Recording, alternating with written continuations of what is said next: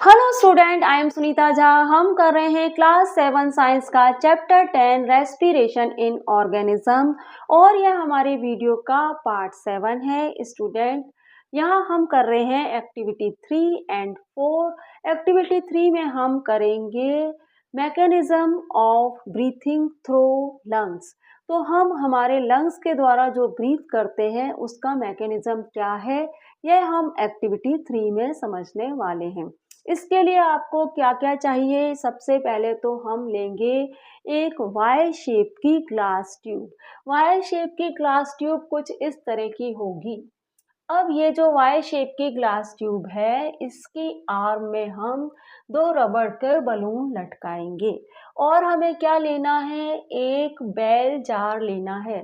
Bell jar कुछ इस तरह का होता है, नीचे से ओपन होता है और ऊपर से इसका माउथ कुछ इस तरह का होता है। बेल शेप का होता है, इसीलिए इसको नाम दिया गया है बेल जार। अब आपको क्या करना है, इस बेल जार के माउथ को तो एक रबड़ की कॉर्क से क्लोज कर देना है। और आपको क्या करना है, आपकी जो ये वाई शेप की ग्लास ट्यूब है जिसमें आपने दो रबड़ के बलून लटकाए हैं, उनको इस बेल जार के बॉटम से निकालना है और कुछ इस तरह का सेटअप तैयार करना है। आप देखिए इस इमेज में कुछ इस तरह का सेटअप आपको तैयार करना है। आपकी जो वाई शेप की ग्लास ट्यूब है वो थोड़ी सी एयर में होनी चाहिए जब आप इसे बेल जार के कॉर्क से आउट कर रहे हैं, तो जैसा आप इस इमेज में देख रहे हैं। अब आप क्या करेंगे, आप इस बेल जार के बॉटम में एक रबर शीट बांधेंगे और ये रबर शीट आपने बांधी है इस बेल जार के बॉटम में। अब हम करेंगे हमारी एक्टिविटी, क्योंकि हमारा सेटअप पूरी तरह से तैयार हो गया है। अब आपको क्या करना है, इस रबर शीट को जो कि बेल जार के बॉटम में है, इसको थोड़ा सा डाउन करना है, इसको थोड़ा नीचे की ओर खींचना है। जब आप इसको नीचे की ओर खींचेंगे तो आप क्या देखेंगे कि आपका जो बेल जार है, इसके अंदर जो ये रबड़ के दो बलून हैं, इनमें हवा भर गई है, ये हवा से फुल हो गए हैं। तो ऐसा प्रोसेस ही तो होता है हमारे लंग्स में। जब डायाफ्राम नीचे की ओर आता है तो हमारे लंग्स एयर से भर जाते हैं। यही प्रोसेस यहाँ पे इस सेटअप में हो रहा है। अब आप क्या करिए, इस जो ये बलून, ये जो आपका जो नीचे का जो रबड़ की शीट है बेल जार के नीचे, तो आप उसके करिए रबड़ की शीट को आप छोड़ दीजिए। जब आप इस रबड़ की शीट को छोड़ेंगे जो कि बेल जार के बॉटम में है, तो क्या होगा, आपके ये जो बलून है इनमें से एयर आउट हो जाएगी। तो बिल्कुल यही प्रोसेस होता है हमारे लंग्स में। जब डायाफ्राम ऊपर की ओर आता है तो लंग्स में से हवा आउट हो जाती है और जब डायाफ्राम नीचे की ओर आता है तो लंग्स में हवा भर जाती है। तो इस एक्टिविटीज़ के थ्रू यही समझाने की कोशिश की गई है कि हम हमारे लंग्स के थ्रू किस तरह से ब्रीथ करते हैं। अब आप देखिए कि इस सेटअप को आप ध्यान से देखिए तो आप पाएंगे कि ये जो आपका वाई शेप का जो ग्लास ट्यूब है, इसमें जो ऊपर का पार्ट है ये काम कर रहा है ट्रैकिया का, और इसकी ये जो दो आर्म है ये काम कर रही है ब्रोंकाई का, जिसको हम सिंगुलर कहते हैं ब्रोंकस। अब ये और है ना, ये ब्रोंकाई कहाँ जा रहे हैं, लंग्स में जा रही हैं दोनों। और ये लंग्स का काम क्या कर रहे हैं, हमारे ये रबड़ के बैलून, और बेलजार काम कर रही है चेस्ट कैविटी का। और आप नीचे जो आपने रबड़ की शीट लगाई है वह वर्क कर रही है एज अ डायाफ्राम। ठीक है, तो वो रबड़ की शीट एज अ डायाफ्राम काम कर रही है। अब आप देखिए कि इस तरह से हमने इस एक्टिविटी के थ्रू जाना कि किस तरह से हमारे लंग्स ब्रीथ करते हैं। अब आप देखिए बोर्ड पे जो लिखा है वह भी हम पढ़ लेते हैं। Fix two thin balloons to the two arm of the glass Y tube.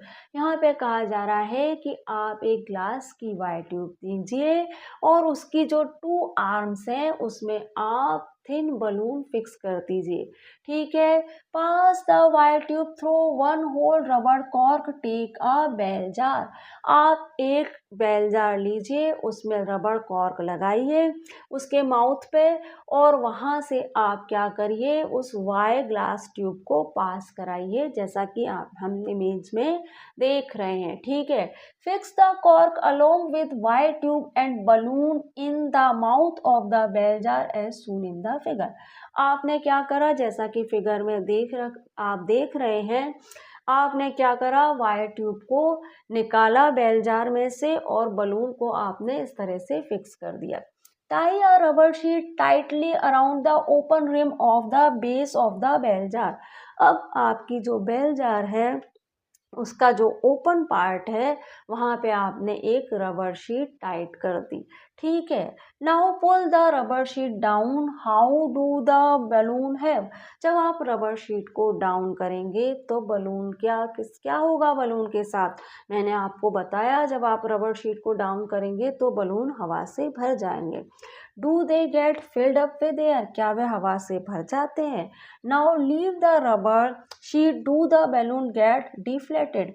और जब आप रबर शीट को लीव कर देते हैं, छोड़ देते हैं, तो क्या हो गए, बलून डिफ्लेटेड हो जाएंगे। In this experiment the balloons represent the lungs and bell jar represent the chest cavity. इस एक्सपेरिमेंट में बलून हमारे रिप्रेजेंट कर रहे हैं लंग्स को और बेल जार रिप्रेजेंट कर रही है हमारी चेस्ट कैविटी को। The rubber sheet represent the diaphragm which is a sheet of muscles present in the chest cavity. और ये क्या है, जो आपका जो रबर शीट है वो डायाफ्राम को शो कर रही है, जो हमारी चेस्ट कैविटी में होता है एक मस्कुलर फ्लैप। ठीक है, the lower part of the Y tube represent the trachea and its two arm the bronchi. और जो हमारी जो वायर ट्यूब है उसका एक ऊपर का पार्ट तो शो कर रहा है ट्रैकिया को, और इसकी जो दो आर्म है वो ब्रोंकाई को शो कर रही है। आगे देखते हैं आगे क्या लिखा है। When the rubber sheet is pulled down, the space in the bell jar increase and air pressure inside the bell jar reduce.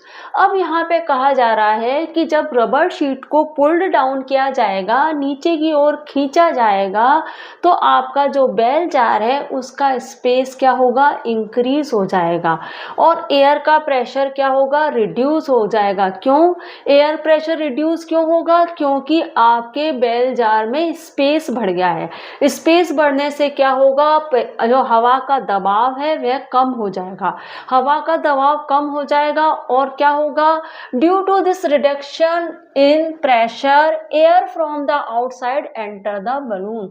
अब हवा का दबाव कम हो जाने के कारण क्या होगा, बाहर जो एयर है, एनवायरमेंट में जो एयर है वह क्या होगी, इन बलून के अंदर एंटर कर जाएगी। ऐसा ही प्रोसेस होता है हमारे लंग्स में भी। जैसे ही हमारा जो डायाफ्राम होता है वो नीचे की ओर होता है, तो क्या होता है, हमारी जो चेस्ट कैविटी का स्पेस क्या होता है, बढ़ जाता है, और स्पेस बढ़ने से क्या होता है, यहाँ पे एयर का प्रेशर रिड्यूस हो जाता है, और एयर का प्रेशर रिड्यूस होने से क्या होता है, आउटसाइड में जो एयर है वो हमारे लंग्स में भर जाती है। ठीक है, by relaxing the rubber sheet, जब रबर शीट को आप रिलैक्स करते हैं, the space in the bell jar decrease and the air pressure inside increase. अब आपको क्या करते हैं, जब आप रबर शीट को रिलैक्स करते हैं तो क्या होता है, जो आपका जो बेल जार होता है उसका स्पेस क्या होता है, डिक्रीज हो जाता है। स्पेस कम होने के कारण क्या होता है, वहां पे हवा का दबाव बढ़ जाता है, क्योंकि जगह कम है, जगह कम होने के कारण क्या होता है, हवा का दबाव बढ़ जाता है, एयर प्रेशर बढ़ जाता है। अब हवा का दबाव बढ़ जाने के कारण क्या होता है, हवा को आउट होना होता है, हवा को आउट होना होता है, और जब हवा आउट होती है तो क्या होते हैं, हमारे जो लंग्स होते हैं वो सिकुड़ जाते हैं। तो यहाँ पे भी क्या होगा, so the air from the balloon is pushed out and the balloon get deflated. अब क्या होगा कि जब डायाफ्राम रिलैक्स होगा तो जब हम इस रबर शीट को रिलैक्स करेंगे तो क्या होगा, यहाँ पे जो बेल जार है उसका स्पेस डिक्रीज हो जाएगा और हवा का दबाव क्या होगा, बढ़ जाएगा, एयर प्रेशर इंक्रीज हो जाएगा। हवा का दबाव बढ़ जाने के कारण क्या होगा, हवा क्या होगी, बाहर जाना चाहेगी। जब हवा बाहर की ओर जाएगी, लंग्स की हवा, तो क्या होगा, हमारे जो बलून है, जो हमारे ये क्या होंगे, डिफ्लेटेड हो जाएंगे। तो बिल्कुल यही मैकेनिज्म चलता है हमारे लंग्स में। तो एक्टिविटी 3 हमारी कंप्लीट हो गई है। अब हम एक्टिविटी 4 देख लेते हैं। एक्टिविटी 4 के थ्रू हम समझेंगे कि कुछ लिविंग ऑर्गेनिज्म में एनारोबिक रेस्पिरेशन होता है। चैप्टर पढ़ाते समय मैंने आपको बताया था कि एनारोबिक रेस्पिरेशन क्या है। वह रेस्पिरेशन जिसमें ग्लूकोज ब्रेकडाउन हो जाता है विदाउट ऑक्सीजन, वह कहलाता है एनारोबिक रेस्पिरेशन। ग्लूकोज ब्रेकडाउन करते हैं एनारोबिक ऑर्गेनिज्म कुछ हैं जो ग्लूकोज ब्रेकडाउन करते हैं लेकिन विदाउट ऑक्सीजन, और विदाउट ऑक्सीजन ग्लूकोज को ब्रेकडाउन करने के बाद वह इथिल अल्कोहल, कार्बन डाइऑक्साइड और एनर्जी रिलीज करते हैं। तो कुछ ऐसे एनारोबिक ऑर्गेनिज्म है जो विदाउट ऑक्सीजन ही ग्लूकोज को ब्रेक डाउन कर लेते हैं और कार्बन डाइऑक्साइड और इथिल अल्कोहल और एनर्जी रिलीज करते हैं। इसका सबसे अच्छा एग्जाम्पल है यीस्ट। यीस्ट जब रेस्पिरेशन करता है तो वह ग्लूकोज ब्रेक डाउन करता है और इथिल अल्कोहल, कार्बन डाइऑक्साइड और एनर्जी रिलीज करता है। यहाँ पे हम एक एक्टिविटी के थ्रू प्रूव करेंगे कि एनारोबिक रेस्पिरेशन लिविंग ऑर्गेनिज्म में किस तरह से होता है और किस तरह से कार्बन डाइऑक्साइड प्रोड्यूस होती है एनारोबिक ऑर्गेनिज्म में रेस्पिरेशन करते समय। तो देखिए यहाँ पे आपको क्या क्या चाहिए। आपको सबसे पहले तो आपको क्या करना है कि सम वाटर लेना है और उसे बॉईल करना है 15 मिनट तक। सम वाटर लीजिए और उसे 15 मिनट तक बॉईल कीजिए। फिर आपको लेने हैं 2 ग्लास के फ्लास्क। कुछ इस तरह के होंगे आपके ग्लास के फ्लास्क। तो आप लीजिए 2 ग्लास के फ्लास्क और इन पर लेबल लगा दीजिए फ्लास्क ए और फ्लास्क बी। आपने फ्लास्क पे लेबल लगा दिया है फ्लास्क ए और फ्लास्क बी। अब आपको क्या करना है, इन फ्लास्क को जो आपने वाटर बॉईल किया है उसमें सेम क्वांटिटी में वाटर फिल कर देना है। इन फ्लास्क में आपको सेम क्वांटिटी में वाटर फिल कर देना है और आप इनको सील बंद कर दीजिए। इन दोनों फ्लास्क पे आप लगा दीजिए सील और दोनों फ्लास्क को कूल होने के लिए रख दीजिए। आपको कम से कम जब आपके फ्लास्क का वाटर 25 डिग्री सेल्सियस हो जाए तब आपको क्या करना है, अब आपको क्या करना है, दोनों फ्लास्क की सील हटानी है और दोनों ही फ्लास्क में कुछ मात्रा में ग्लूकोज डिजोल्व करना है।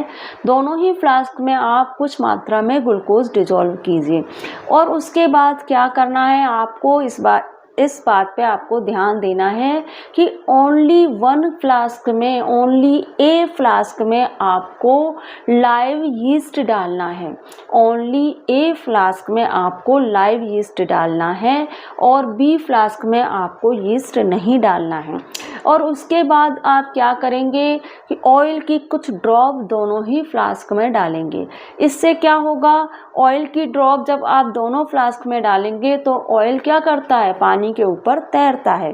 तो इससे आपको ये फ़ायदा होगा कि एनवायरनमेंट में जो एयर है ये दोनों ही फ्लास्क में एंटर नहीं हो पाएंगी, दोनों ही फ्लास्क के वाटर में मिक्स नहीं हो पाएंगी। अब आपको क्या करना है, दोनों ही फ्लास्क में लगा लेने हैं स्टॉपर, है ना। दोनों ही फ्लास्क में आपको स्टॉपर लगा देने हैं होल, जिनके ऊपर होल हो। तो दोनों ही फ्लास्क में होल वाले स्टॉपर लगा देने हैं आपको, 1 होल्ड स्टॉपर लगा देने हैं।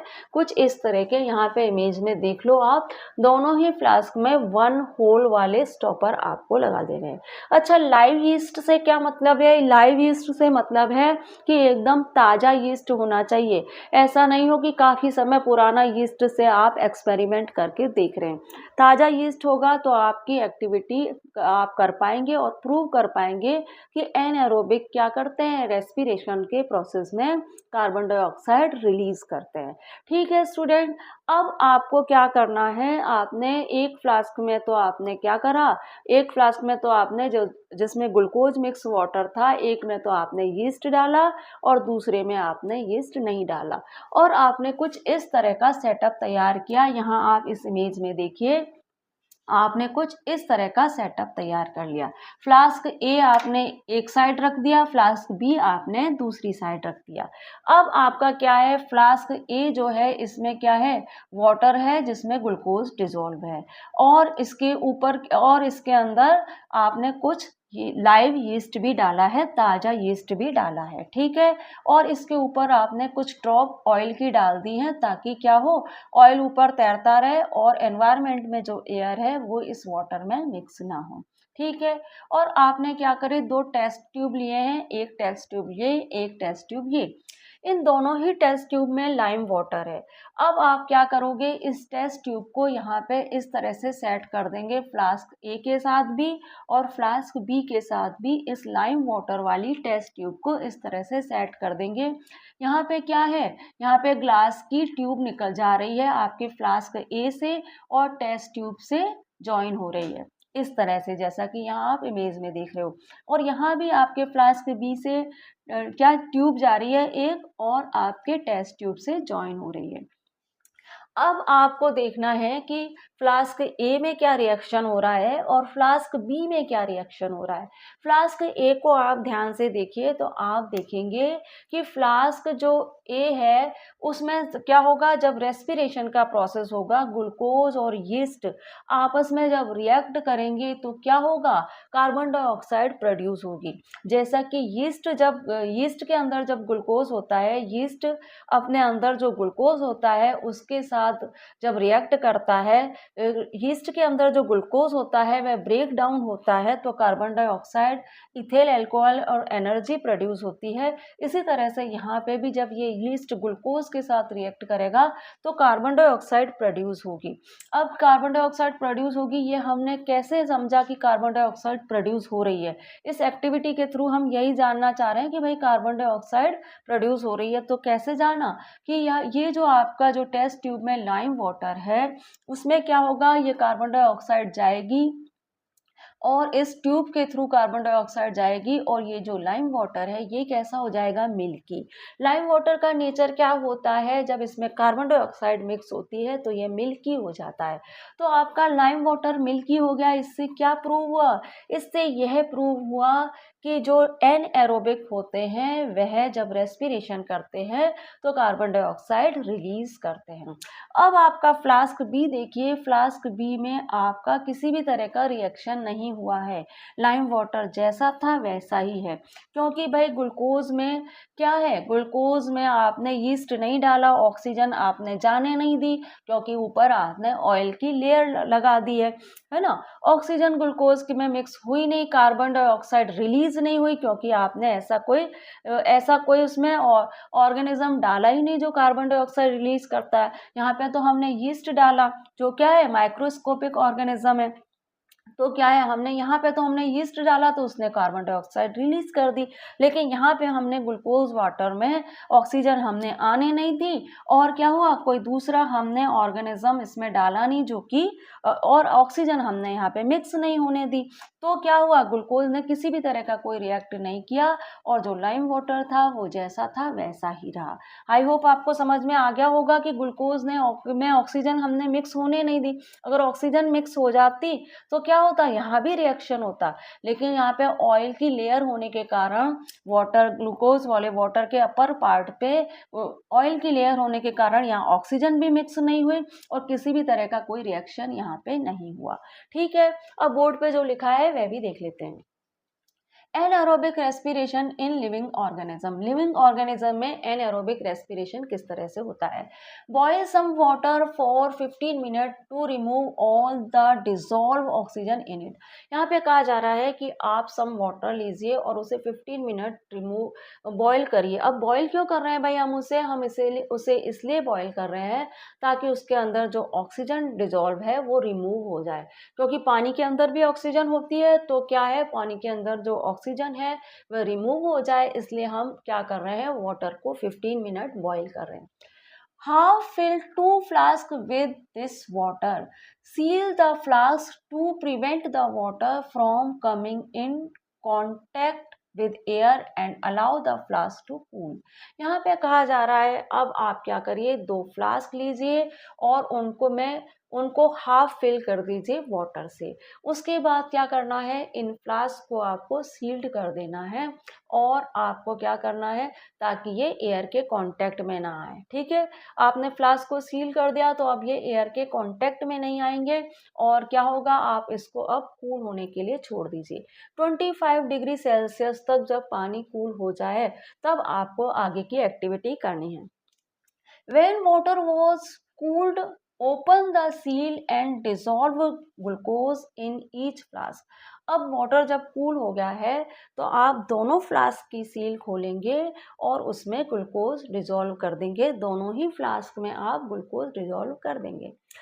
Add live yeast only to flask A. अब आपको इस बात का ध्यान रखना है कि आपको लाइव यीस्ट लेना है, ताज़ा यीस्ट लेना है और उसे आपको फ्लास्क ए में ही डिजोल्व करना है, फ्लास्क बी में नहीं डालना है। डिजोल्व भी नहीं करना, सिर्फ आप डाल दीजिएगा फ्लास्क ए में। ठीक है, फिर आप क्या करेंगे, put a thin layer of oil on water in each flask. अब आप क्या करिए, यहाँ पे वाटर की आप ऑयल की थिन लेयर बना दीजिए इस वाटर के ऊपर। ये दोनों ही फ्लास्क हैं, इनके ऊपर आप ऑयल की थिन लेयर बना दीजिए। वाटर आपका ऑयल क्या होता है, पानी के ऊपर तैरता है, तो जब 2-4 बूंद आप पानी ऑयल की डालेंगे इस वाटर में तो ये यहाँ पे लेयर बन जाएगी ऑयल की। इससे क्या होगा, बाहर की जो गैसेस हैं, बाहर की जो एटमॉस्फेयर में जो गैसेस हैं वो आपके वाटर में मिक्स नहीं हो पाएंगी। ठीक है, आगे चलते हैं। The layer of oil prevent oxygen in air from dissolving in the water. अब ये क्या होगी, लेयर जो ऑयल की होगी वो क्या करेगी, ये जो ऑक्सीजन है एयर में वो उसको डिजोल्व नहीं होने देगी वाटर में। ठीक है, close each flask with one hold stopper. अब दोनों ही फ्लास्क को वन होल्ड स्टॉपर से क्लोज कर दीजिए। किस तरह के होते हैं वन होल्ड स्टॉपर, मैंने आपको बता दिया है। अब इस वन होल्ड स्टॉपर से क्लोज करेंगे हम फ्लास्क को, उसके बाद क्या करेंगे, insert a thin glass tube shown in figure in each flask and let it other and dip in lime water taken in a test tube, है ना। अब यहाँ पे कहा जा रहा है, अब आपको यहाँ पे जैसा फिगर में दिया है वैसे ही आपको क्या करना है, ग्लास ट्यूब निकालनी है इस फ्लास्क से होते हुए आपको इस टेस्ट ट्यूब तक। यहाँ पे भी इस फ्लास्क से होते हुए आपको ग्लास ट्यूब निकालनी है इस टेस्ट ट्यूब तक। उसके बाद क्या होगा, mention the temperature at about 25 degree Celsius. आप टेम्परेचर रखिए 25 degree Celsius by putting the flask in the water.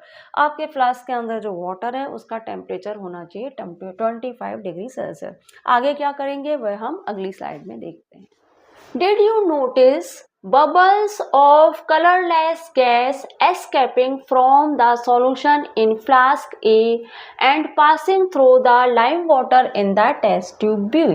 यहाँ पे कहा जा रहा है कि आप नोटिस कर रहे हैं कि जो आपका फ्लास्क A है इसमें से कलरलेस गैस के बबल्स निकल रहे हैं। कलरलेस गैस के बबल निकल रहे हैं फ्लास्क ए से और ये बबल्स इस ट्यूब से होते हुए जा रहे हैं इस लाइम वाटर में। और यहाँ पूछ रहा है, did the lime water turn milky, क्या आपका लाइम वाटर मिल्की हो गया है? तो जी हाँ, हमारा लाइम वाटर मिल्की हो गया है। The gas in their for carbon dioxide, आपका लाइम वाटर मिल्की हो गया है। इससे क्या पता पड़ता है, इससे पता पड़ता है कि यहाँ पे कार्बन डाइऑक्साइड रिलीज हुई है।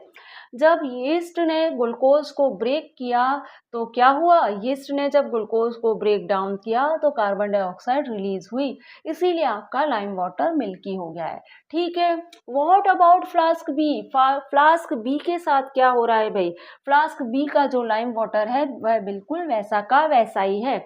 ऐसा क्यों हुआ, क्योंकि आपके जो फ्लास्क बी है यहाँ पे क्या है, यहाँ पे सिर्फ ग्लूकोज सॉल्यूशन है। यहाँ पे इस सॉल्यूशन में किसी भी तरह की कोई गैस डिसॉल्व नहीं है। अगर इस सॉल्यूशन में ऑक्सीजन डिसॉल्व होती तो यहाँ भी रिएक्शन होता, ग्लूकोज ब्रेक डाउन होता, कार्बन डाइऑक्साइड, वाटर और एनर्जी रिलीज होती। लेकिन यहाँ पे ये सिर्फ ग्लूकोज सॉल्यूशन है, यहाँ पे हमने किसी भी तरह की कोई गैस यहाँ डिसॉल्व नहीं की गई है, क्योंकि यहाँ पे हमने ऑयल की लेयर लगा दी है। इसलिए आपके लाइम वाटर पे किसी भी तरह का कोई रिएक्ट नहीं किया है। यहाँ पे तो रिएक्शन किसने किया है, लाइव यीस्ट ने रिएक्शन किया है और कार्बन डाइऑक्साइड प्रोड्यूस हुई है। ठीक है, we conclude that the yeast in flask A produce carbon dioxide in the absence of oxygen. इससे हमने कंक्लूजन निकाला कि जो फ्लास्क ए में जो यीस्ट था उसने कार्बन डाइऑक्साइड प्रोड्यूस की ऑक्सीजन की एब्सेंस में। This prove that the yeast respire anaerobically. इससे प्रूव होता है कि ये जो यीस्ट होते हैं वह एनएरोबिकली रेस्पायर करते हैं। अब स्टूडेंट, हमारा ये जो चैप्टर है रेस्पिरेशन इन ऑर्गेनिज्म, यह पूरी तरह से ख़त्म हो गया है इस एक्टिविटी के साथ। एक्टिविटी 3 और 4 हमने कर ली है और हमारा चैप्टर भी पूरी तरह से ख़त्म हो गया है। हमने हर टॉपिक को बहुत ही डिटेल में और बहुत ही अच्छे से पढ़ा है। आई होप आपके लिए हेल्पफुल रहा होगा। आप चैनल को लाइक करें, शेयर करें, सब्सक्राइब करें, ताकि मैं आपके लिए इसी तरह के नॉलेजेबल वीडियो बनाती रहूं। तो स्टूडेंट, अब हम क्या करेंगे, अब हम मिलेंगे हमारे अगले वीडियो में, जिसमें हम क्या करेंगे, एक्सरसाइज करेंगे। इसी चैप्टर की हम एक्सरसाइज करेंगे। तो मिलते हैं हमारे नेक्स्ट वीडियो में। Thank you for watching student.